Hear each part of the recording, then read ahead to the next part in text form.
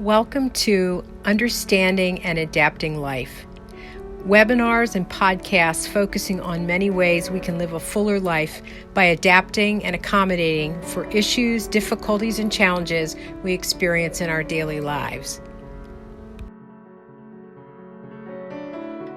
Hello and welcome everyone to Networks for Training and Development's Accessibility Series. Today is the second in a series of accessibility presentations. And today we're going to focus on kitchen accessibility. My name is Tracy LaPreziosa, and I'm an occupational therapist with Networks, and I am the team lead for the Adaptations for Living team. And we also have with us today Rosa McAllister, who is our co-founder and master of all kinds of things. And we have Michelle Sparling, who is on our employment team, and she's also good at adapting a lot of things. She's going to be sharing some things today. We have Nancy Jo Geitz, who is part of our team, and she's going to be helping to co-host next month's accessibility presentation. And we have Nikita Arnett, who is also a Networks team member, and she'll be sharing with us in some future presentations. And we have Bethany Friel, and she is our newest team member to Networks for Training and Development. So welcome, Bethany.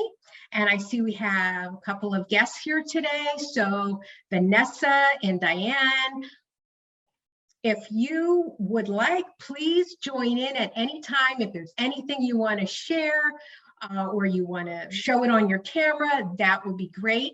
We're going to kind of travel through a couple of kitchens here and have some discussion about accessibility, and then wrap up with sharing some of our favorite kitchen gadgetry that help people to be more independent. So I am going to do my best here to share my screen so I can show you a couple pictures of my kitchen. I am not quite as talented as Rosa as far as going around in my kitchen with my camera. So I'm going to do mine via slideshow. Here is my refrigerator. And as you can see, what's nice about it is it has an ice maker. And I can use two hands to kind of push a cup up against that to have the ice come out, rather than having to get out an ice cube tray and twist it and put it in a container. So I view that as an accessibility feature to my refrigerator. I have a side-by-side, which I think can be helpful because when you open it up, and I'm not opening up my refrigerator because it's a disaster, but you can put your things in your refrigerator on the shelves based on how heavy they are and what's at an easy reach for you. And that's why I like the side-by-side, because I can do it on both the refrigerator side and the freezer side. Now, sometimes it can be hard to pull open a refrigerator if you have a limited grip or you have some weakness. So one thing you can do, and I kind of fashion this up, I've done this for clients, is I will take a fabric, maybe it's a scarf, maybe it's an ace bandage. I happen to have some TheraBand laying around with a cone on it. So I can put that, wrap it around, tie it onto a handle so that I can kind of stick my arm into it, and then I can pull it open and push it shut without having to grab onto that handle. And that is one of the things that I used a lot with folks who maybe have had a stroke, or maybe they didn't have the hand strength because of arthritis, that they would be able to do it in that fashion. So I did the same thing on my pull-out pantry shelf. And you can do this on any kitchen cabinet that has a handle like that, where you can get something behind it and you can tie it. Like I said, it can be anything. Some people have even used like really thick rubber bands if they just want to get their hand in to help pull it out. And again, I'm showing my hand going in there to be able to pull it open. And then this is my pull-out pantry. I can easily grab a hold of that bar that comes down and pull it out, and I can see everything that's in there. I think this is a great accessibility feature, and I would love if all of my cabinets had that, because I don't know about you, but I have some cabinets which I call like the black hole. and you go to find something and it's just not. You can't find it. You got to get down. You can't see. It's dark. And this is nice because it just pulls right out. And I was kind of surprised over the weekend. My mother-in-law and my husband's aunt have moved into independent living apartments, and one is moved in, one is in the process of moving in. And I looked at their kitchens, and boy, was I disappointed. They did not have any pull-out features like this at all. And the cabinets were low.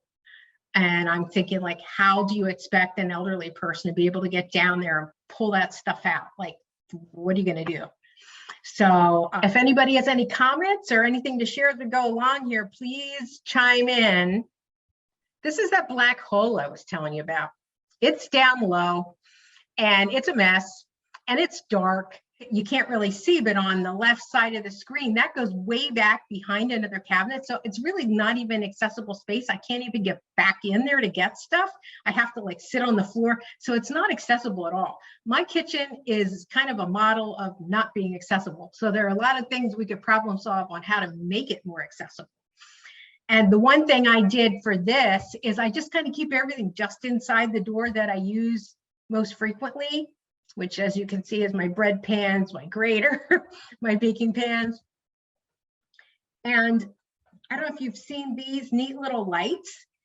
You can buy them just about anywhere. I found this one at a drugstore, like on the counter when I was checking out, and they're battery operated and they have a really bright light, and you can just use an adhesive or maybe a little tack and just kind of put them inside the cabinet, and then you can flip it on and it kind of lights up the area. But again, my cabinets are not very accessible. And here's my kitchen sink, and this is a really old sink. Our kitchen was our last thing in our house renovations that we were going to do, and we hadn't gotten to it yet. So it's a really old sink, but if you look at the faucet, I do like the faucet, because if you have a lever faucet as opposed to the knobs that you turn, this picture is my hand going under the lever and pushing up. So that's what would turn the water on. So I don't have to grab it. And the next picture is my hand on top of the lever, pushing it down so that it would turn the water off. So I know there are faucets out there now that are just motion censored. I don't know if anybody has one of those, but that's what I have right now. And it's not the best, but it's more accessible than having the knobs. This is a picture of me in my kitchen, and I have a stool. I always keep a stool in my kitchen, and I'm sitting on it now because if you get tired, it's nice to have something that you can sit on or to raise you up higher so that you can get in a better position with your back to be able to do something. And one thing that I do a lot is on the weekends when I'm not busy, I do like mass cooking, and then I put it into small containers and I put it in my freezer. And then during the week, I can just get it out and dump it in a pot and heat it up. So here I am heating up some minestrone soup that was in a small container, just enough for my husband and I, and holding the pot, sitting on the stool. So I'm like conserving energy to be able to do that. And it's important too, to like try to keep our things in smaller containers so they're not so heavy when we're going to move them. And I try to keep a drawer clear. This is actually my junk drawer, but everything in my junk drawer is in like little plastic bins. So this is a picture of my drawer, which is open. And I took those little bins out, set them on the counter, and then I can put a big mixing bowl in the drawer, just like this picture. And what that does is I can lean against my drawer and not have to hang onto my bowl with my opposite hand. If my carpal tunnel's acting up or something like that, I can do that. And then here's just a picture of me using a spoon to like stir inside the bowl. So I'm just leaning against it with my weight to hold the bowl still, and I don't have to use that other hand and grip it really tight. And there's a picture of my oven. It's a newer oven. I was hoping for something a little bit more accessible, but for the size I have, that's all I could fit in there. An oven that opens out like that is sometimes hard to get into. So I use a bagel tongs to grab hold of my grates and kind of pull them out and help push them back in. And another thing that we like to do is try to keep our kitchen counters not too cluttered so that you can use your counter to slide things. I have an extra dish mat, which is that blue mat there, and I'm standing just to the right of my sink there, and I have a red pot full of water, and it's on top of the blue dish mat. And if I don't feel like I have the strength to carry that pot over to my stove, I can put it on that dish mat, and I can just slide the dish mat around on my corner. It goes around a corner, you can see, towards my stove. And then I can put my UV gloves on and get it on top there and put it on top. So I don't have to pick it up. Makes it a lot easier, conserves energy, conserves my strength as I am moving things around in my kitchen. And I love my UV gloves. So I know they're kind of a kitchen gadgetry thing, but UV gloves are great because I don't have to try to keep them on my hand because they're like a mitten. The only thing is, if any of you have UV gloves, you know that you can't stick your hands into them wet because you will feel the heat through the glove if it's wet. This is another pantry closet that I have in my kitchen, and I just wanted to show how you can rearrange things in your pantry to make it easier for you. The bottom shelf obviously has all the heavy things. There's my mixer, my blender, my griddle, and that's like at waist level. So I'm not very strong in the arms, so I can just pull them out and hold them against my body and walk them over to my counter, put them down and slide them to where I want them to go. And then on top of that, you can see I have things that are a little bit lighter, but still on the heavy side. And then my very top shelf is like my tea and my coffee and my husband's cookies. And one thing that I always have in my kitchen is my Pampered Chef pizza roller. And I have this one in the slides just because this is one that I use like all the time, and I recommend it for everybody because you can cut anything with a sharp pizza knife without having to do that holding with a fork or whatever, because you can just roll it back and forth. So I use my pizza wheel a lot. You can cut sandwiches, you can cut meat, pretty much anything. And I'm going to just let go because I just have some pictures of some enlarged handles, but that's my kitchen. And it's not too accessible. There are a few things that are, and I know that Rosa, you did some renovations in your kitchen to make it more accessible. So I'm betting that we're going to see a few more accessible things in your kitchen. So hi, everybody. So I just switched. I'm on my computer and I'm also on my phone here. So let's see if I can turn this around. So, well, first I'm going to tell you, Tracy, thank you so much. That was awesome. So I live in a small 2-bedroom, 1-bath condominium. And yeah, it's in Hawaii and all that stuff. And that's wonderful. And it's only morning here, so it's a little dark. So I have some lights on to show you my kitchen. So when I moved in here 16 years ago, when we bought the place 16 years ago, I think that's what, 17 years ago, it was pretty bare bones. It was pretty much the way it originally was. And gradually I made some changes to my place to make it more of my home and hopefully my forever home. As I mentioned in our last episode, I wanted to make sure that I could stay comfortably in my home alone as I got older. It's on the ground floor, and it's just pretty small. So I did a variety of different things renovation wise so that I could stay here as I got older and maybe my mobility got lessened or my vision got lessened or what have you. I had other issues. I also have a lot of friends that I hoped would come visit me in my home here in Maui, Hawaii. So I tried to make my place as accessible as possible. So I'm going to show you. So let me see if I can turn my camera around. There we go. So as I showed you before, it's a little dark, sorry. This is my front door. Come in here. I would take a mat up if somebody had mobility issues. I have hardwood floor. You come around past my so-called office and messy desk, which I'm not going to show you. And you come into my kitchen. Here we are. This is Rosa's kitchen. It looks a little crowded and all of that. It's pretty small, but there's a couple of things I want to show you. First and foremost, I installed, like I did in my bathroom, under cabinet motion sensitive lights. and they are USB charged, so it's very easy. I have granite countertops, and I have a back painted glass. And I love my back painted glass because there's no grout lines, there's nothing. It's super easy to clean and wipe and all of that. Just a little Windex and a cloth. That's all there is to it. Plus it looks pretty. And granite I chose, not just because it's the popular thing, but I chose it because you can cut on it. I don't need to have an additional cutting board. With granite, you can cut directly on it. You're not going to hurt it. You might hurt your knives. You might have to sharpen them a little bit more regularly, but that's it. Here, I'll turn another light on. I have other lights here, and I have lights on sliders or dimmers, which I love, the on, off, and then the dimmer. So a couple things I want to show you. First and foremost, here are, coming back in, entering my kitchen.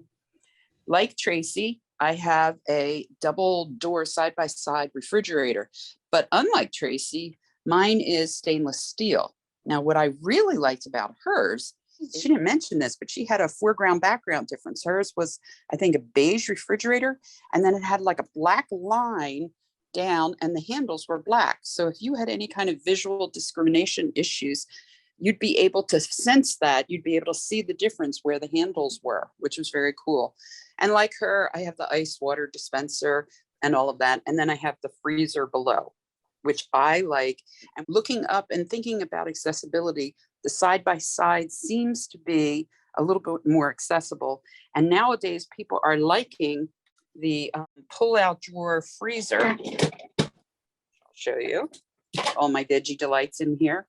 People seem to like this a little bit more in order to get things out because it's lower. And when things are cold, just like when they're hot, we have a more tendency to move or want to move quickly to get them out of our grip.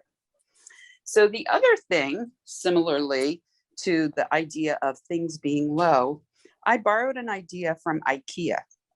So here is my stove, and next to my stove are 3 drawers. What I did with these drawers, I'm going to turn on another light. It's still a little dark. There we go. That helps. What I did with my drawers, no surprise, the top drawer is my basic utensil drawer. Okay. I have it kind of compartmentalized, kind of arranged, things like that. Things that I use more often are over here on the left. I have knives, forks, larger forks, spoons, little picky things, etc. Things I use less are in the back and on the side over here. No surprise, that's my top drawer, right? Now, my second drawer is a little different. Again, borrowing from IKEA, I put my plates and bowls in here. Why, you might ask? Well, IKEA started doing this in their showrooms and demonstrating this because for many of us, reaching up high in order to reach our plates and our things that are very breakable, we have a tendency to drop them on the way down if they're wet or various other things. So IKEA came up with the idea, or they started advertising the idea, marketing, using a deep drawer to use for your plates and other things and bowls and things of that nature. So I can get them out very easily and put them right on the counter, etc. Very easy. And then underneath that, in the bottom drawer, I have glasses and cups. And again, with this idea that these are lower to the ground and less likely that you're going to drop them. So for many people, somebody using a wheelchair or a mobility device or what have you, as somebody with a tremor, like runs in my family, something like that might really help rather than having dishes and breakables up on a higher shelf. I have my basic oven. I have a cooktop, but I made sure that it has knobs because many of them have a whole electric thing on the front that, number one, can go bad very easily and is very expensive, but it's also very confusing. So for my grandchildren, for visitors, and for myself, knobs help. We kind of have a tendency, and we could easily mark them with a raised surface or something to show you where low and high is or something like that. It does have a touchpad, couldn't get away from that for the oven features, etc. But otherwise, it's a basic cooktop with knobs. I have your basic trash can with a step-on lever to open the trash. And my grandkids found that using a cane Or another thing, you could press on it. You don't even have to press on it that hard to pop the lid, or you can just open it with your hand is the other way. Sorry for showing you my trash.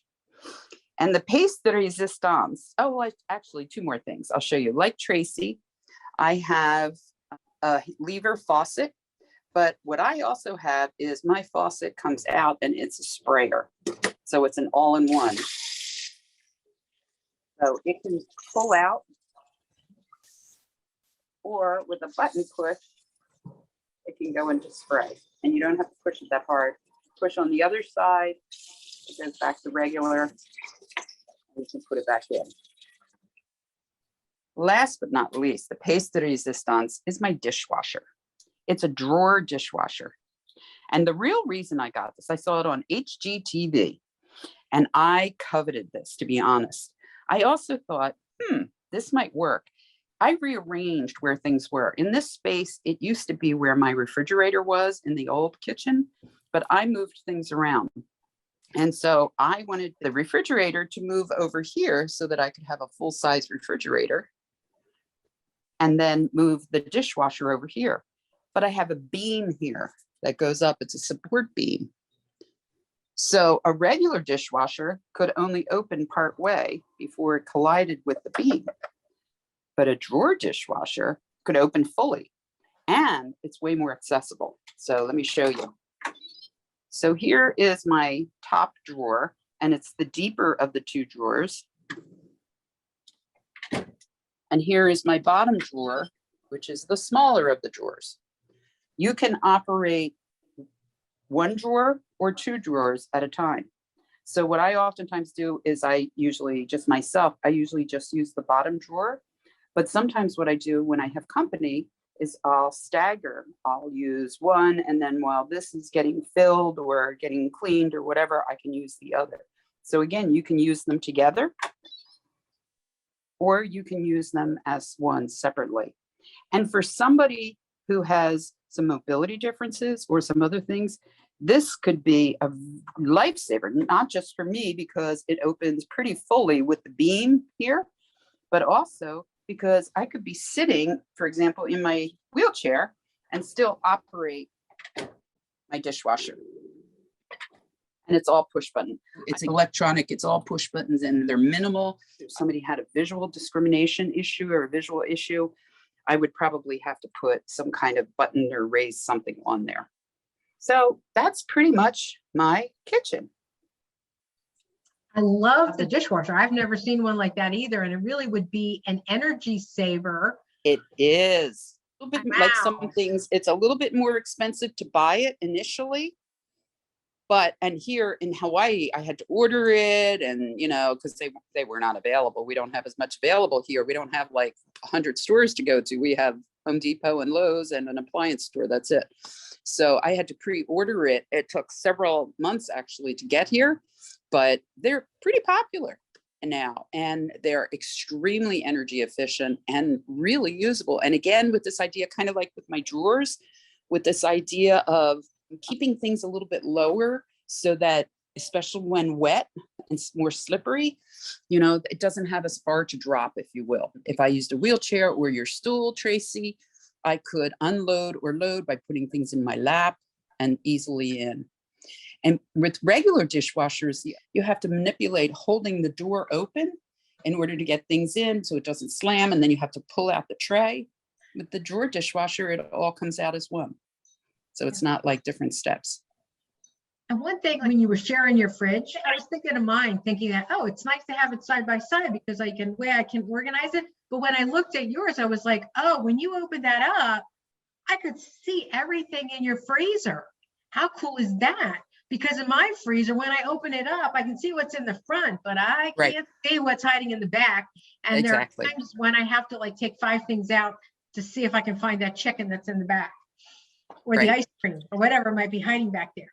So yeah, so I like the idea of that. And with the 2 up top, it's kind of wide, and you probably can see pretty much everything in your refrigerator. I can, and I'll show you my innards, but yeah, absolutely. So let me switch the camera around. Yeah. Here we go. So here we go. Yeah, you can easily see, here's my giant olives. all my Yeah. veggie, my kombucha. It's a big wide open space. Ice is here, other things here. We have, the couple of drawers, etc., things like that. But yeah, it's a big wide open space, and then the doors. And then, as you mentioned, the freezer, the full expanse of the freezer below. Yeah. Yeah. Okay. Yeah. Cool. Yep.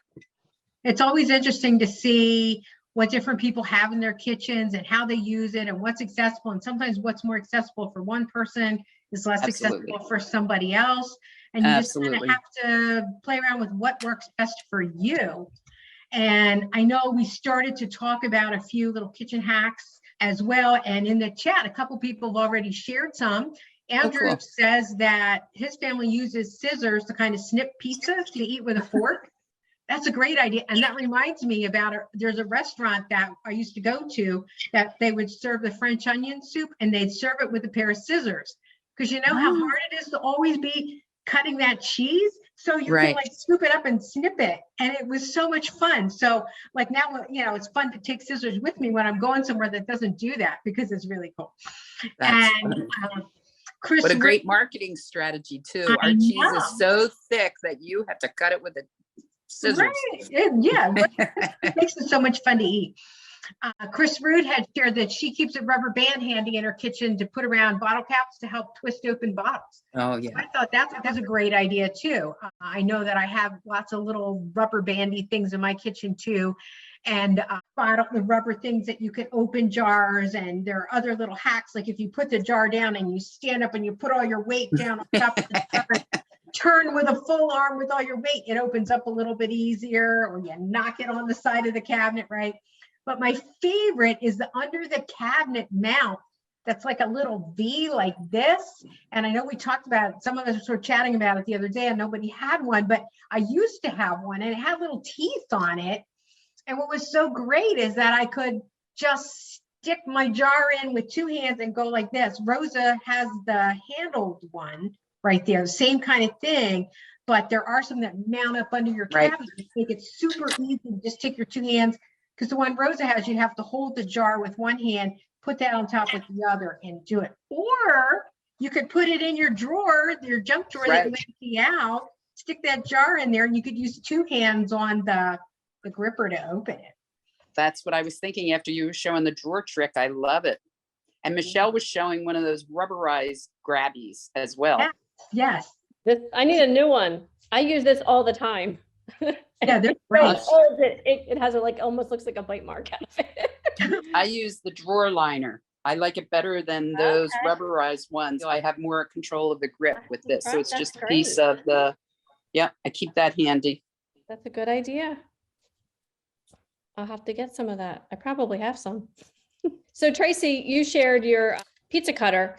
Here's a plastic one. So if you're worried about any safety issues around a regular pizza cutter that's metal, or you need something even more lightweight, I got this free with a gluten-free pizza. I have some of those too. They're great.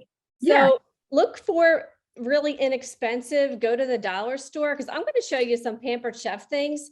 And I'm by no means promoting Pampered Chef. I love them. I'm not a consultant, but they have cool stuff. But you can find other things at the dollar store even. So just spend some time at the dollar store taking a look. Andrew, you mentioned about scissors in the chat.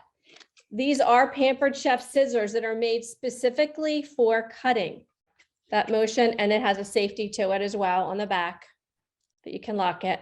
So now they're locked. So I put them in the drawer that way to keep them safe. But I've seen a lot of people use these to cut lettuce with, but you can cut meat with it too. Anything really, you can cut. Just like hard fat bone, I wouldn't try too much. Another fun gadget, if you're also worried about any safety concerns with knives, this is a Pampered Chef. I think they sell it as a chopper for vegetables. It works best with vegetables, but it also makes your vegetables look really nice when you cut them. But it's great because you just have to have that particular motion. And here's another item that I've seen these around too, not just with Pampered Chef, but it's called a Holden slice. Michelle, Nikita's asking, could that chopper work with potatoes? It can work with potatoes. Yep. I mean, not a whole potato, you'd probably have to cut it, but it's strong enough that it'll do that. It'll definitely work. But this is a great tool to hold on to potatoes or onions when you're trying to slice thin and you don't want to hurt yourself. It's a great gadget for that purpose. So you can get these in other places. It doesn't have to be Pampered Chef. Two of my favorite kitchen gadgets, if you cook with garlic, these are great tools. This really interesting looking item, I don't know what they call it, but I call it like a garlic roller. So you take a piece of garlic, a clove of garlic with the skin on it, you put it inside here, you roll it like this on your table, and magically the paper comes off, and then you just pull it out, and then you don't have the paper on your garlic. Then you can take that clove of garlic, put it in here into your garlic press, close it, squeeze it out, and it comes out, and it even comes with a tool that you can wipe it with. This is one of my favorite kitchen gadgets. Again, you don't have to get Pampered Chef. There's other ways to get these, Amazon, but they're fun tools if you like to cook or you're working with people that like to cook. Here's another. This, of course, does not have to be Pampered Chef, but this is what they would call a traditional egg slicer. But my favorite is fruit. I cut strawberries in here all the time, but you can cut any fruit with this too, to make it convenient and make it fun. But for people to be able to do things themselves in the kitchen, that's the whole idea, right? If you need a little additional support, for instance, if you were someone who had limited dexterity with your hands and you had a support, all you have to do is push down and you put your weight on it and it will cut through, which is great. Another fun gadget, a juicer. I didn't realize how much fun these were and how much more juice you can get out of a lemon or an orange or a lime by putting a whole half of a piece of fruit in there, and it really gets all the juice out. But it's great too, because it's just like this, you just squeeze it and you get it all out. Another two, here's three more things. So this is one of our family's favorite tools. This is our salt and pepper shaker. So it sits on a base plugged in the kitchen, and it is a little bit weighty. So I have broken one of these. So by accident, it fell down off the table, so it will break. But all you do is see this little space right here. I just press it and the salt comes out. And then if you want to do pepper, you take the top off, you flip it just like that, and it comes out. So it's super simple. Now I just made a mess with my computer, but it works really easy and fast. And that's one of our favorite kitchen gadgets. So when I broke the other one, I said, we need to get another one of those. And then this is my soap dispenser. So I have hand soap, and then I have just dishwashing soap on this side. So really easy, just press it down with your hand. So you can have like a bowl, if you're washing in with one hand, and then press it with the other, or with a sponge on there. And it's really easy. I had a power soap dispenser that I loved. I've had two of those from Simply Human. They're great gadgets, but they've broken twice. And you literally put your hand under it and the soap comes out. So that's the ultimate. But I hope they work on the technology for that, because they just break a little bit too easy, but they're super, super convenient. And then down here, let's see if I can move here. I want to show you, this is another favorite, my trash can. So this is, I believe the brand is Simply Human. So this one tends to work pretty well. So all you have to do is go like that, and voila, the trash can opens and it'll close by itself. This is battery operated. So literally I just put my hand by it and it goes, voila. So some fun gadgets. I have more than that too, but. Yeah, we had some comments in the chat, Michelle, and Jeff said that he thought that you just literally pulled everything out of his kitchen. I guess there's people who have a lot of the tray. It's so much fun, isn't it? Yeah. And Nikita's saying that she couldn't believe how hard she had to work to squeeze citrus before she got one of those juicer things. So, because it saves so much time. So very cool. I know earlier, Michelle, you mentioned something about those blackboards behind you and how you use those. So these blackboards, they're very functional. This wall, where it's located, I've put all kinds of decorations there over the years. And when you have parties and people come through, I don't know how many times pictures have fallen off the walls. if I've had sconces and things over the years up there, they've been ripped off the wall because it's a very quick traffic area. So we decided to put these up here, $10 a piece from Home Depot, and they're Velcroed to the wall. And I just use regular chalk. I keep chalk in my kitchen, and I just keep it in a little Altoids box. And at any point, anyone in the family, if you have to go grocery shopping or whatever, you just write your notes up here. So I was thinking, if a person had any mobility concerns and you're worried about maneuvering around, and a person who uses a wheelchair could easily roll right up, make notes, take a picture with their phone, and go food shopping, so you don't have to have paper around. So it's a great thing for that. When little kids come over, I immediately give them the chalk and say, here, go play. And it works really well. So fun, inexpensive. That's the key too. It's like, where can you find things that are inexpensive, but this is decorative, So it works for us. Such a cool idea. I know people use whiteboards much the same way. Andrew's posted something in the chat. He says stainless steel mezzaluna. What is that? Got it. Yeah, Okay, It cuts things. cool. That's cool. I have a couple of things that I would show too, if that's okay. A couple of additional things. Let me turn my camera around. So like Andrew, and Michelle, I have a different kind of cutter. It's nice because it's kind of grips and it's silicone, so it kind of sticks. You would just need to press, or you could put something against it, a plate or a bowl, and then you can adjust the cutting here for julienne and other things like that. Another cutting device, my all-time favorite, is my lettuce knife. So it's a silicone plastic knife. My grandkids and others have used this to cut even strawberries, very ripe strawberries or very ripe tomatoes, and yet there is no way you can cut yourself. It is absolutely safe for everybody to use, dishwasher approved, etc. This thing has lasted me, oh my gosh, at least 20 years, and it still cuts beautifully. I showed you last time in the bathroom my use of my tongs. I use that for a number of things, to grab handles and all things like that. It can lock or open, and I use it for all kinds of things, including, for a while, some of you know I broke my hand really badly. So these gadgets, this pair of tongs was with me for almost everything. I could open drawers, I could open the oven, I could do all kinds of things. I could pick things up, grab things. I even could pull up my pants. I used this to help me change my sheets on my bed when I was one-handed, believe it or not. And then another variation, these are toaster tongs. These are just bamboo, but they're very easy, and they can get, when you drop things under the couch or all kinds of other things, as well as safely pulling toast out of the toaster without electrocuting yourself. I have the basic apple corer, which I think everybody has. These are just some basic things. I have what we call hula hands. Mine are, of course, with a honu or a turtle. Hula hands, they're salad tongs, if you will. But I also use them for pasta and all kinds of other things. And I was using one-handed when my hand was in a cast. Michelle, you had the same ones. Yep. I was using just one to scoop because it was easier for me. I could grip it better with my hand.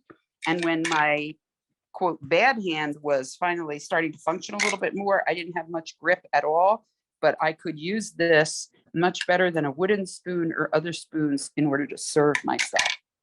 And last but not least, on my little list are something from my childhood. And these are corn cob holders. Pretty simple, easy thingies, right? Well, I can't tell you how many people find these absolutely fascinating and don't know them. They kind of interlock. I have them in several colors, but they can be used to hold something down when cutting, a potato, a carrot, something or other like that. They can also be used as they're intended for corn, to go in either end of the corn so you don't get all messy. But there's probably several other uses of these that you could do. I certainly used these when my hand was in not great shape in order to hold things down in order to cut.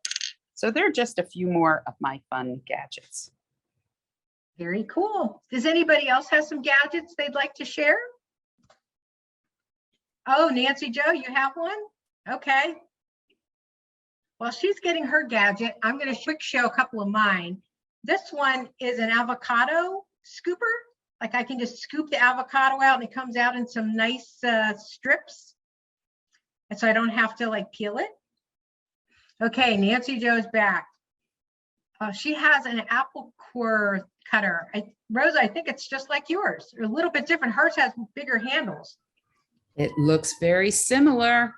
They're great. Makes it easier to cut an apple.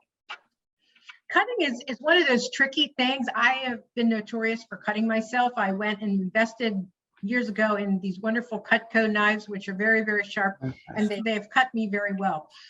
So I try to find some other ways to cut things too.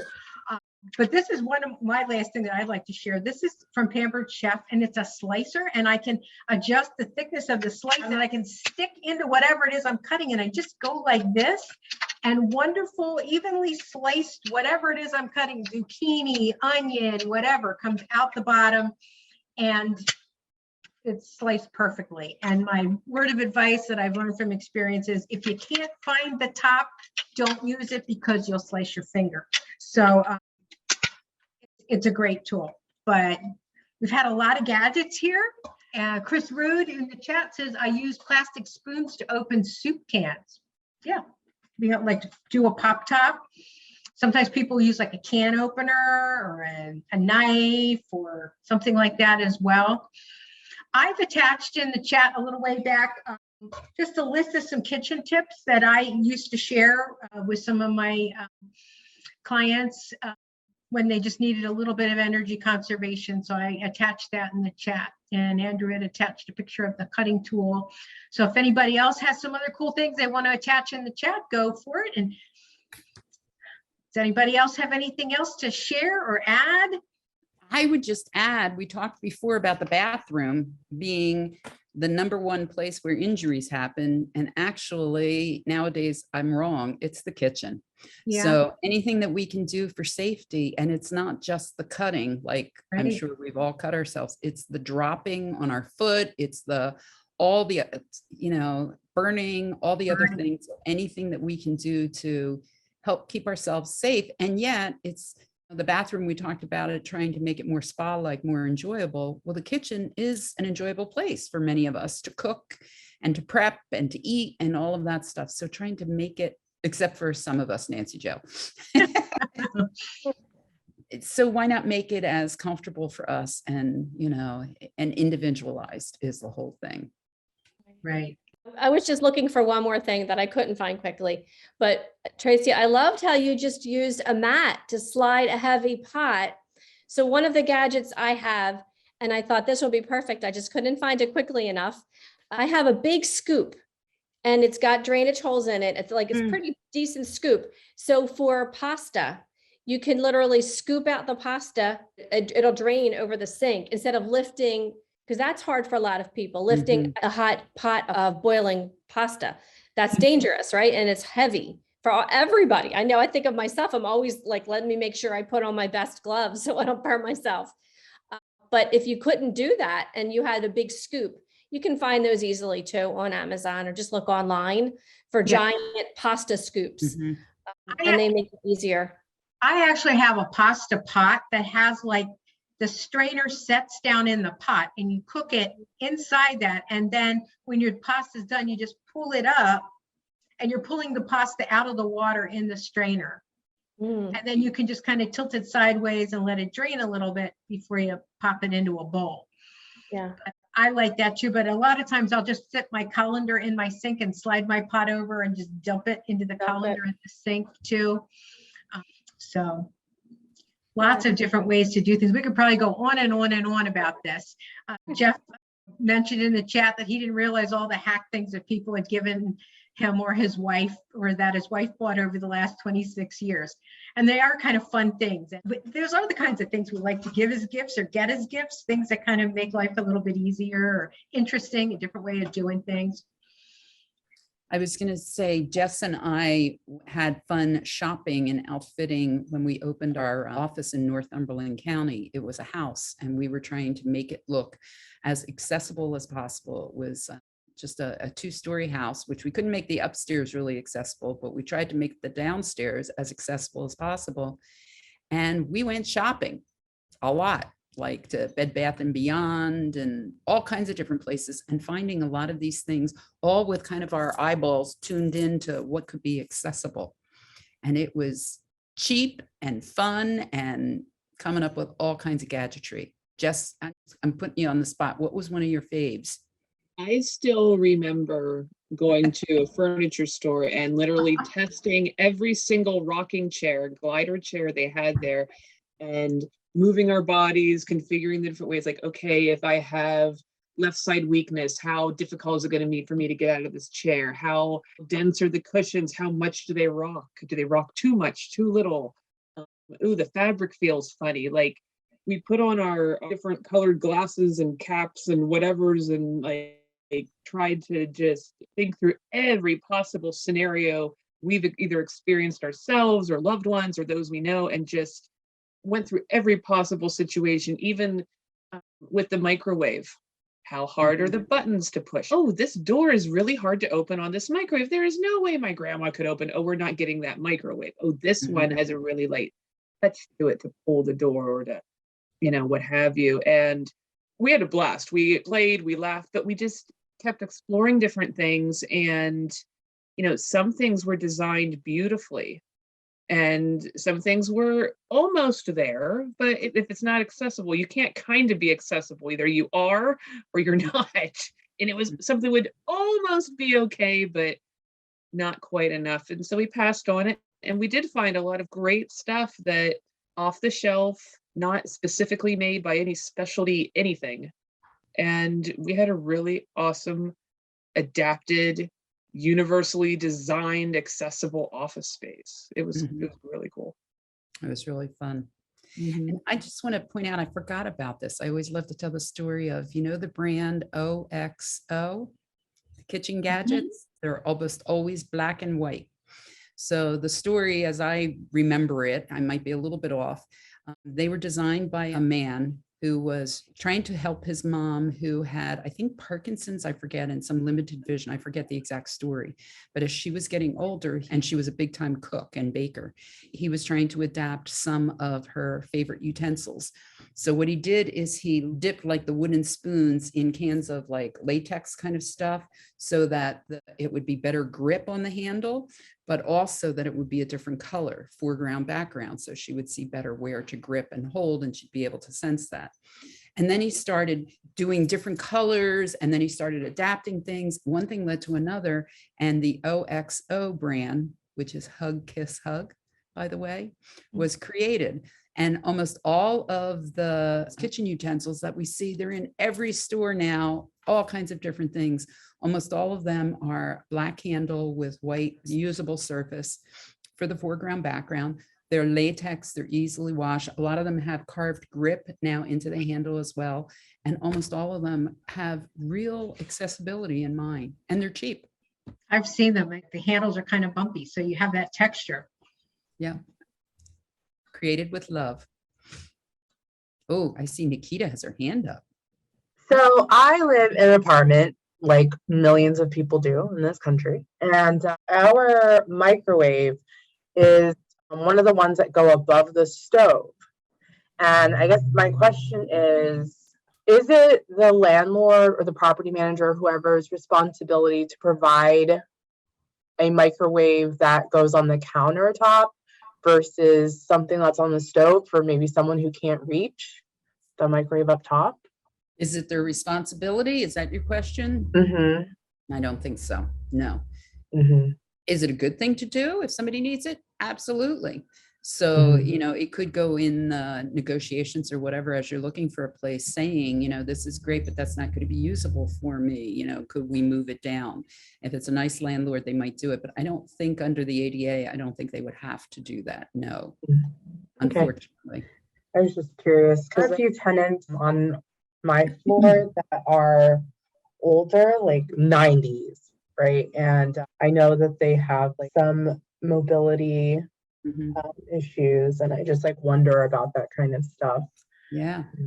Yeah, just like I had talked about before with dishes and glasses and stuff that are up high, it's much more likely of dropping, and especially with microwave, dropping something hot and possibly breakable. So yeah, it's having it on your counter is a much safer way to go. Absolutely. Mhm. And it's interesting you brought that up, Nikita, because as I mentioned earlier, like we're moving some elderly family members into independent living apartments. And one thing, they have microwaves above the stove. And they should be on the counter right Should be. next where the sink is, so they could like take it, go right in and come right out. Yeah. And they have cabinets that are way up over their heads. I can't even reach in them. There's 6 cabinets that are above the heads. And my mother-in-law is like, I think I'll get a step stool so I can climb up there and get what's in there. I'm like, no, I don't think so. That's the whole reason we want you to be safe. We're not doing that. Right. But it's like, it's funny, you think that if you're going to move somewhere that's considered independent living and accessible, that it would be, and it's not. I was Right. very disappointed, very disappointed. I think that they need to have people consulting with them when they build some of these types of places. When my mom and my aunt moved into assisted living, very similar story, Tracy, and I was going through it. I was teaching at Arcadia at the time, of course, on adaptations and accommodations, assistive technology. And I offered them, we're going to need to change some things in here because this is not going to work. This is not safe. This is not adapted. And they all looked at me like, I had 4 heads. They didn't know what I was talking about, but it's the modern way to do things. Everybody wants their microwave up on a shelf and out of the way. Having less counter space is safer and more accessible. Well, yeah, but no. So I had to bargain with them that we would make some changes to suit my mother and my aunt, and that when they moved out, we would return it back to the way it was. And so they agreed with that. And I offered them consultation, which they never took me up on, unfortunately. Anybody else have anything to add to the conversation today? I think we covered a lot. Looks like Andrew and Michelle have put some things in there. Fasta pasta, no mess sticking or waiting for it to boil. Oh, I don't know this. A fasta pasta. I got to check this out. Yeah, I tried to open the picture. I couldn't open it while I was in the Zoom here. And Michelle, oh, your slotted spoon. I have one of those too, Michelle. Yeah, Those that's the slotted big, things. yeah, the Spoon. big thing. It's huge. So Yeah. you don't have to worry. And then my favorite other gadget, I have too many gadgets, but is by Dash, but you don't have to use hot water to boil hard-boiled eggs. You just put like a 1/4 cup of water in the base of this device. You put the eggs in there, you set the timer and you walk away and it sings to you when your eggs are ready. And then you just eat them from there. It's great. Cool. No more hot water. Diane says many good ideas, so much we are already using, but new ideas today too. Great. So glad we could share some new thoughts. Every time I listen to other people share, I learn a few new things about a few new gadgets. So I'm sure we all do. Okay, I thank everyone for coming and joining us today to have a conversation about kitchen accessibility, and bye.